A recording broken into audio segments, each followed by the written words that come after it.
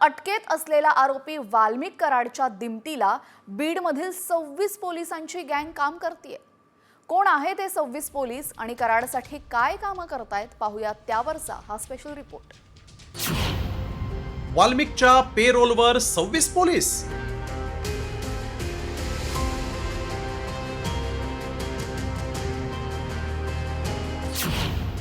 कराडचं बीडमधलं network फोडणार।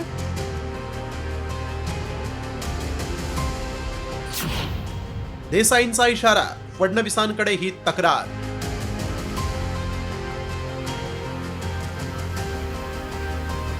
Sarpanch Santosh Deshmukh हत्या प्रकरणातील mastermind असलेला आरोपी वाल्मिक कराडबाबत दररोज नवनवे खुलासे समोर येत आहेत। त्यातच आता बीडमध्ये कराडच्या मर्जीतील पोलिसांची टोळी असल्याचा खळबळजनक आरोप भूमाता ब्रिगेडच्या तृप्ती देसाईंनी केलाय। 3 पोलीस उपअधीक्षकांसह तब्बल 26 पोलिसांची यादीच देसाईंनी जाहीर केली। या यादीमध्ये कुणाचा समावेश आहे पाहूया। दिलीप गित्ते पोलीस उपअधीक्षक, डापकर पोलीस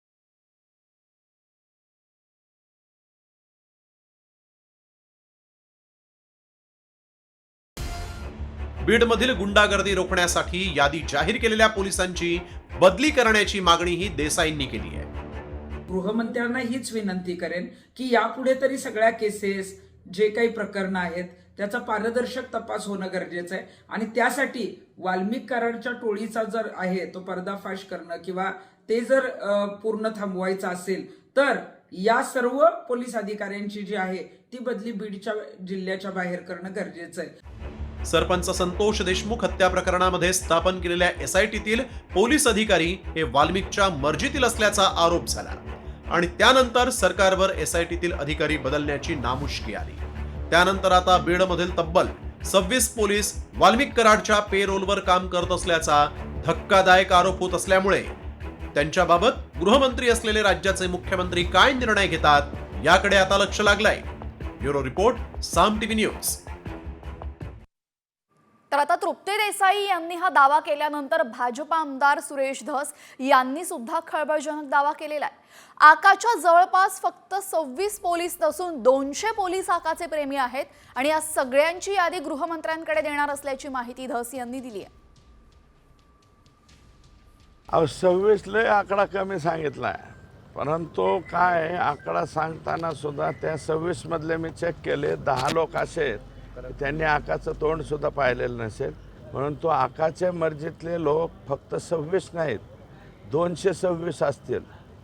ते सगळ्यांची यादी आम्ही कलेक्ट करतोय आणि राज्याच्या गृहमंत्र्यांना देऊन हे असं जे पोलीस दल आहे हे बीड जिल्ह्यामध्ये ठेवण्यात येऊ नये, बीड जिल्ह्याच्या बाहेर हे टाकावं। वाल्मिक कराडवर असे सगळे आरोप होत आहेत आणि सध्या तो कोठडीमध्ये आहे।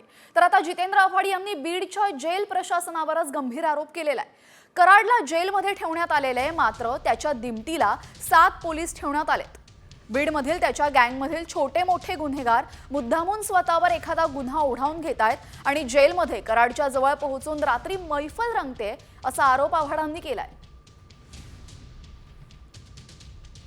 दरम्यान आव्हाडांनी जेल प्रशासनावर नक्की काय आरोप केलेले आहेत पाहूयात।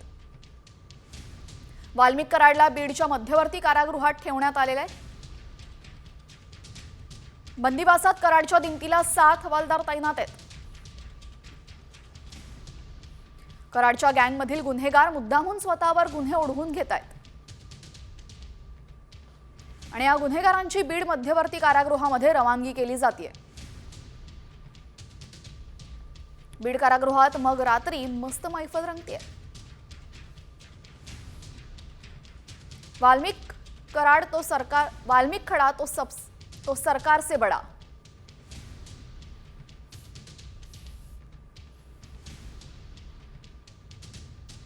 आता वाल्मिक कराडच्या गँगमधील पोलीस अधिकाऱ्यांनंतर दमानी यांनी वाल्मिकवर उपचार करणाऱ्या डॉक्टर अशोक थोरातांवरही गंभीर आरोप केले. मात्र डॉक्टर अशोक थोरात हे नक्की आहेत तरी कोण आणि त्यांच्यावर काय आरोप करण्यात आलेले आहेत, त्यावरचा हा स्पेशल रिपोर्ट. वाल्मिकच्या गँगमध्ये पोलिसांनंतर आता डॉक्टर.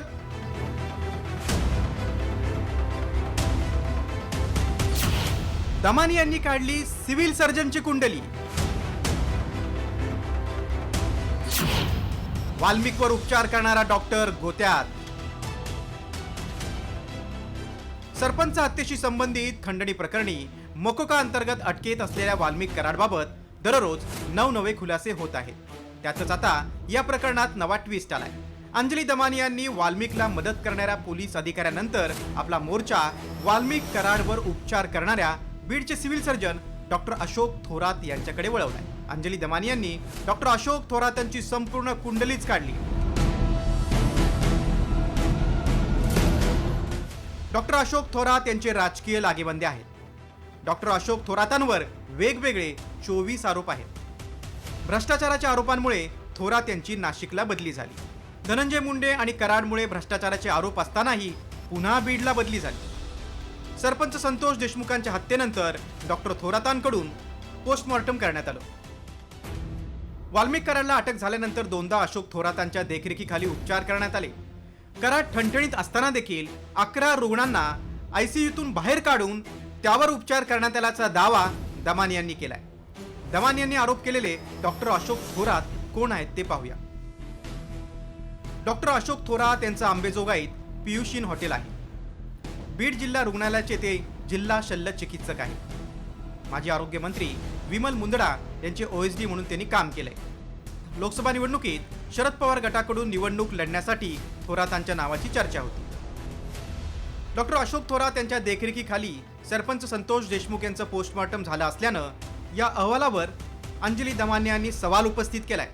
आताच्या घटकेला 2दा VRS ची मागणी करून सुद्धा शासनाने त्यांना VRS दिली नाहीये, कारण त्यांच्यावरचे आरोप तितके भ्रष्टाचाराचे जे आरोप आहेत ते तितके गंभीर आहेत. मग असा व्यक्ती बीडचा सिव्हिल सर्जन का असावा? मला कुठे ना कुठे त्या PM पोस्टमॉर्टम जे केलं गेलं संतोष देशमुख यांच्याबद्दल सुद्धा एक शंका आहे. आणि या सगळ्यांवर मी जेव्हा तपास करते तेव्हा मला ह्या अमुक गोष्टी दिसल्या. सरकारनं स्थापन केलेल्या SITतील अधिकारी वाल्मिकच्या गँगमधील असल्याचे आरोप झाल्यानंतर सरकारवर SITतील अधिकारी बदलण्याची नामुष्की ओढावली. त्यातच आता बीडचे civil surgeon doctor Ashok Thorat कराडच्या गँगमधील असल्याचा आरोप करण्यात आलाय. त्यामुळे डॉक्टर अशोक थोरातांची चौकशी करून दूध का दूध आणि पाणी का पाणी करण्याची गरज आहे. ब्युरो रिपोर्ट, साम TV न्यूज. तर अशा पद्धतीने वाल्मिक कराड संदर्भात दररोज धक्कादायक खुलासे होत असताना आता सरपंच संतोष देशमुख हत्या प्रकरणामध्ये जर दोषी असतील त्यांच्यावर कारवाई केली जाईल असं उपमुख्यमंत्री अजित पवार यांनी म्हटलं होतं. आणि आता अंजली दमानी यांकडनं पुरावेच सादर करण्यात आलेले आहेत आणि मंत्री धनंजय मुंडेंच्या राजीनाम्याची मागणी करण्यात आली आहे. दरम्यान दमानी यांनी आज उपमुख्यमंत्री अजित पवार यांची भेट घेतली होती.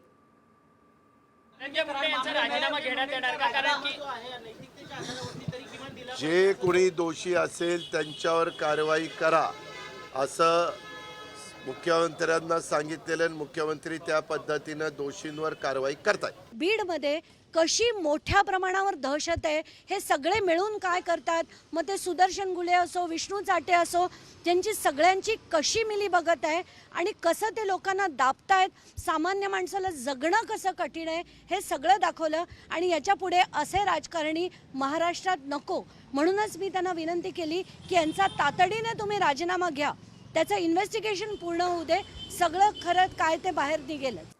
दरम्यान आता यामुळे अजितदादा नक्की काय निर्णय घेतात हे पाहणं महत्त्वाचं ठरणार आहे. आता सरपंच संतोष देशमुख यासोबतच महादेव मुंडे हे प्रकरण चर्चेत असताना यांच्यानंतर आता सौरभ नावाच्या मुलाच्या मृत्यूचं प्रकरण सुद्धा चर्चेत आलंय. सौरभ नावाच्या 28 वर्षीय तरुणाला तलावात बुडवून मारण्यात आलं.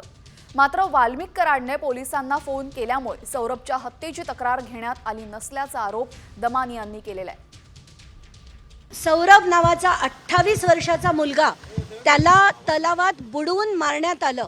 त्याच्या वडिलांनी 15 ऑगस्ट दिवशी त्याला त्याची बॉडी मिळाली, ती तलावातनं काढली गेली आणि त्यानंतर जेव्हा याच्यावर चौकशीची करण्यासाठी कंप्लेंट द्यायला त्याचे वडील गेले तर अनमोल केदार नावाच्या निरीक्षकांनी त्यांची कंप्लेंटसुद्धा घेतली नाही, कारण त्यांना वाल्मिक कराड यांचा फोन आला असं सौरभच्या वडिलांनी मला सांगितलंय. तर आता सरपंच संतोष देशमुख हत्या प्रकरणानंतर बीडमधल्या महादेव मुंडे हत्या प्रकरणातल्या घडामोडींनाही वेग आलेला आहे. महादेव मुंडेंच्या कुटुंबियांनी तपास अधिकारी अनिल चोरमलेंची भेट घेतली. यावेळेस सखोल तपासाचं आश्वासन दिल्याची माहिती कुटुंबियांनी दिली असून महादेव मुंडेंच्या खुनाचा तपास परळी पोलिसांकडून अंबेजोगाई पोलिसांकडे वर्ग करण्यात आलेला आहे. ऑक्टोबर 2023 मध्ये महादेव मुंडेंची हत्या झाली होती. पूर्ण तपास करून मी तुम्हाला सांगतो काय फॉलो करायचं काय नाही ते, आणि आश्वासन दिलं की 100% आम्ही आरोपी अटक करू. किती दिवसात त्यांचे कागदपत्र फाईलमध्ये येईल? आज येईल म्हणले, तर आज केलता म्हणले फोन, आज येईल म्हणले. फाईल वाचली की 4-5 दिवसात फॉलो घेतो म्हणले. अजून त्यांना सांगितलं की जेवढे तात्काळ होईल तेवढं तुम्ही करा, तर त्यांनी 100% रिझल्ट देतो, म्हणजे आरोपी अटक करतो म्हणूनच सांगितलं आम्हाला, आश्वासन दिले की तुमचे 100% आम्ही आरोपी अटक करू. यानंतर आता बातमी आहे राज्याची चिंता वाढवणारी. जीबी सिंड्रोमने पुण्यामध्ये थैमान घातलेले. क्रिकेटच्या स्कोअरबोर्डवर झटपट आकडे बदलावेत तशी रुग्णांची संख्या वाढ होतीये. दरम्यान कशामुळे रुग्ण वाढतायत आणि यावर नक्की उपाययोजना काय केल्या जात आहेत त्यावरचा हा विशेष रिपोर्ट. पुण्याला जीबी सिंड्रोमचा विळखा.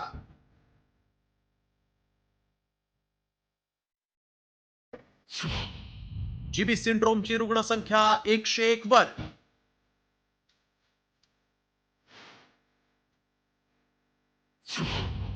एकाच दिवसात 28 जणांना लागण.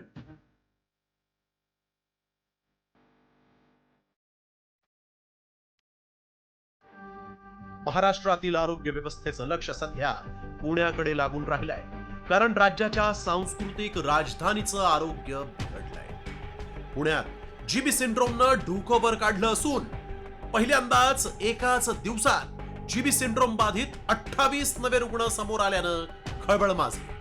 जीबी सिंड्रोम बाधित रुग्णांची संख्या आता एकाच आठवड्यात 5 पट झाली. पुण्यात जीबी सिंड्रोमची सद्यस्थिती काय पाहूया. पुण्यात जीबी सिंड्रोम बाधित रुग्ण संख्या 101 वर.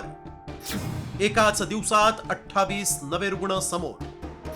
जीबी सिंड्रोम बाधित एका रुग्णाचा रविवारी मृत्यू. 16 रुग्णांची प्रकृती चिंताजनक. बाधित रुग्णांवर कमला नेहरू रुग्णालयात मोफत उपचार. जीबी सिंड्रोमचा वाढता उद्रेक पाहता आरोग्य प्रशासन ऍक्शन मोड मध्ये आलंय. तसंच नागरिकांना देखील या आजारापासून बचावासाठी प्रशासनानं आवाहन केलंय. आम्हाला आयुक्त साहेबांनी आदेशित केलं की 15 bed male medicine, 15 bed female medicine आणि 15 बेड ICU या संदर्भातली तयारी आम्हाला पूर्वतयारी करण्यास सांगितली होती. या पार्श्वभूमीवर आपण सर्वांनी बाहेरचं खाणं टाळलं पाहिजे. तसेच जर मांसाहारी पदार्थ असतील तर ते पूर्णपणे शिजवून खाल्ले पाहिजेत, जेणेकरून आपल्याला बॅक्टेरिया किंवा व्हायरल इन्फेक्शन यामुळे होणार नाही. अशुद्ध अन्न पदार्थ आणि प्रदूषित पाण्यामुळे पसरणाऱ्या या आजारानं राज्याच्या आरोग्य व्यवस्थेसह राज्यातील 13 कोटी नागरिकांची चिंता वाढवली आहे. हा आजार कसा आणि कधी आटोक्यात येतो याचीच आता प्रत्येकाला प्रतीक्षा आहे. या आजारावर मात करण्यासाठी प्रत्येकानं सजग राहणं देखील अत्यंत महत्वाचं आहे. ब्युरो रिपोर्ट, साम टीव्ही मराठी. तर आता वाढत्या रुग्णसंख्येमुळे जीबी सिंड्रोमचा आरोग्यमंत्री प्रकाश आंबेडकरांनी आढावा घेतलेला आहे. पुण्यामधील ससून रुग्णालयामध्ये जाऊन आरोग्यमंत्र्यांनी जीबी सिंड्रोमच्या रुग्णांची भेट घेतली. तसंच रुग्ण वाढत असल्याने आंबेडकरांनी पुण्यातील नांदेड गावातल्या विहिरींच्या पाण्याची तपासणी केलेली आहे. तर विहिरीतील पाणी शुद्ध असून पाणी पिण्यायोग्य असल्याचा अहवाल पुणे पालिकेने दिलेला आहे. तर पुणे पालिकेने घेतलेल्या निर्णयाची उद्यापासून अंमलबजावणी होईल असं आंबेडकरांनी सांगितलेलं आहे. राज्यामध्ये जीबी सिंड्रोमचा धोका वाढत चाललेला आहे आणि आता पुण्यानंतर सोलापुरामध्ये जीबी सिंड्रोमचे 2 रुग्ण आढळलेत. शहरातील खासगी रुग्णालयामध्ये या रुग्णांवर उपचार सुरू करण्यात आले असून दोन्ही संशयित रुग्णांचे सॅम्पल तपासणीसाठी पाठवण्यात आलेत. अहवाल आल्यानंतर त्यांना जीबीएसची लागण नक्की झालेली आहे की नाही हे स्पष्ट होईल. दरम्यान कालच सोलापूरच्या एका खासगी रुग्णालयामध्ये एका जीबीएस संशयित रुग्णाचा मृत्यू झाला होता.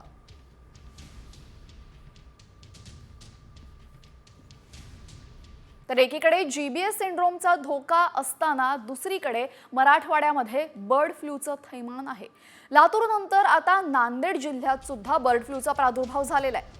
लोहा तालुक्यातील किवळांमधील मृत कोंबड्यांचा अहवाल पॉझिटिव्ह आलेला आहे.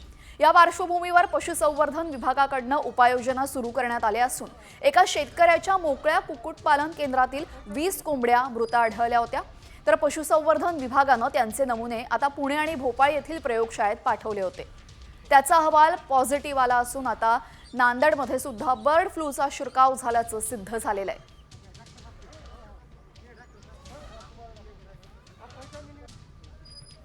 आता बातमी आहे राजकीय वर्तुळातून उपमुख्यमंत्री एकनाथ शिंदेंसंदर्भात.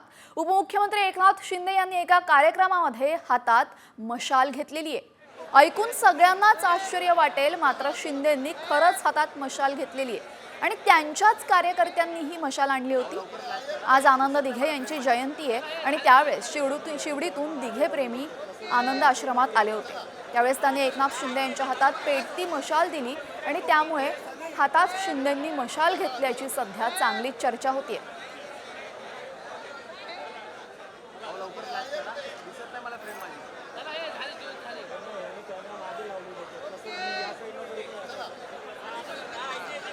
आगामी महापालिका निवडणुकांसाठी स्वबळाचा नारा देणाऱ्या खासदार संजय राऊतांनी आता घुमजाव केलेला आहे. स्वबळावर निवडणुकीचा निर्णय केवळ मुंबईपुरता आहे असं राऊत म्हणतायत आणि याचा अर्थ महाविकास आघाडी संपली असं होत नाही असंही ते म्हणतायत. दरम्यान काही दिवसांपूर्वीच राज्यातील सर्व स्थानिक स्वराज्य संस्थांच्या निवडणुका स्वबळावर लढण्याची घोषणा त्यांनीच केली होती. मात्र आता त्यांनी त्यांच्याच वक्तव्यावरनं घुमजाव केलाय. मुंबईसह नागपूरपर्यंत मी सांगेन आम्ही स्वबळावर लढू. काय होईल ते होईल. एकदा आम्हाला आजमावायचं असं आमचं ठरतं आहे की मुंबई असेल, ठाणे असेल, पुणे असेल, नागपूर असेल, कार्यकर्त्यांना संधी कधी मिळणार. आघाडीमध्ये मग लोकसभा विधानसभेमध्ये कार्यकर्त्यांना लढण्याची संधी मिळत नाही आणि त्याचा फटका पक्षाच्या वाढीला बसतो. महानगरपालिका, जिल्हा परिषद आणि नगरपंचायतीमध्ये स्वबळावर लढून आपापले पक्ष मजबूत करावे. पुढल्या प्रत्येक निवडणुका जिल्हा परिषद, नगरपालिका, महानगरपालिका या आम्हाला लढवाव्याच लागते आणि त्या दृष्टीने ही तयारी सुरू आहे. जो स्वबळाचा नारा दिलाय असं आपण म्हणता, याचा अर्थ महाविकास आघाडी जी आमची आहे 3 प्रमुख पक्षांची आणि त्याच्यामध्ये इतर अन्य घटक पक्ष आहेत, ती महाविकास आघाडी संपली, महाविकास आघाडी तुटली असा त्याचा अर्थ काढता येणार नाही. हा विषय मुंबईपुरत्या शहरासंदर्भातच आहे. यानंतर बातमी आहे महायुती संदर्भात. पालकमंत्री पदावरनं महायुतीमध्ये वातावरण चांगलंच तापल्याचं दिसतंय आणि त्यातल्या त्यातही रायगडच्या पालकमंत्री पदाचा मुद्दा आता चांगलाच तापलाय. कारण शिंदेंचे आमदार आणि अजित पवारांची राष्ट्रवादी यामध्ये जोरदार झुंपल्याचं चित्र पाहायला मिळतंय. सुनील तटकरेंचे व्हिडिओ बाहेर काढले तर त्यांना राज्यात फिरणंही मुश्किल होईल असा थेट इशारा शिंदेंचे आमदार महेंद्र दळवींनी दिलेला आहे. गोगावलेंनी उंची पाहून बोलावं, नाहीतर गुवाहाटीतले व्हिडिओ बाहेर काढू असा इशारा अजित पवारांच्या पक्षाचे प्रवक्ते सूरज चव्हाण यांनी दिल्यानंतर त्याला आता शिंदे गटाने सुद्धा जोरदार प्रत्युत्तर दिलंय.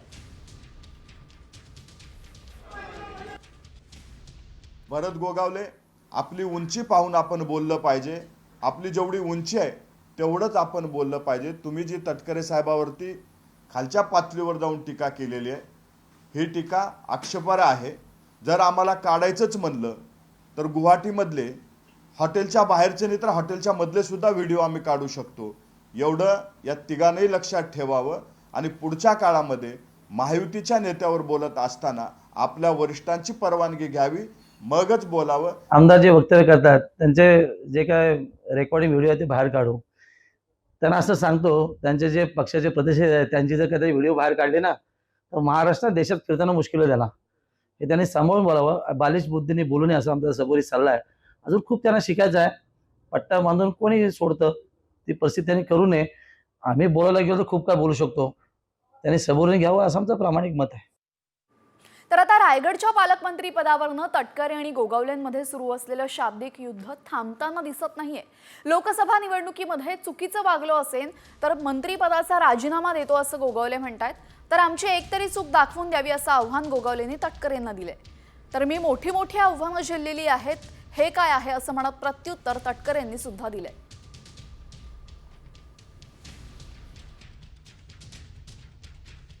किती माणसांनी वाईट कृत्य करावं ह्याला सीमा आहे आणि म्हणून आम्ही सांगितलं जर आमची त्यांनी चूक दाखवली त्यांच्या निवडणुकीला जर आम्ही काय केलं असेल तर आम्ही सांगितलं ना आम्ही 2 बापाचे होऊ, नाहीतर आम्ही त्यांनी दाखवावं आमदारकी सहित मंत्रिपदाचा राजीनामा सुद्धा आम्ही पुरत एकदा सांगतोय.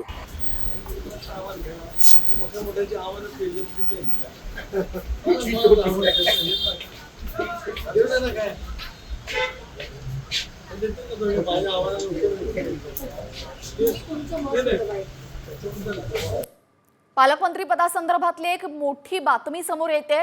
रायगड आणि नाशिकला सहपालकमंत्री मिळण्याचा मार्ग आता मोकळा झाल्याची माहिती सूत्रांनी दिली आहे. इतर जिल्ह्यांप्रमाणे नाशिक आणि रायगडला सहपालकमंत्री मिळणार आहे आणि रायगडचं पालकमंत्रीपद अदिती तटकरेंना आणि नाशिकचं पालकमंत्रीपद गिरीश महाजनांना देण्यात आल्यानंतर महायुतीमध्ये वादाची ठिणगी पडली होती. त्यानंतर आता तिन्ही पक्षांच्या नेत्यांनी चर्चा केली आणि ही चर्चा सकारात्मक झाल्याची माहिती सूत्रांनी दिली आहे.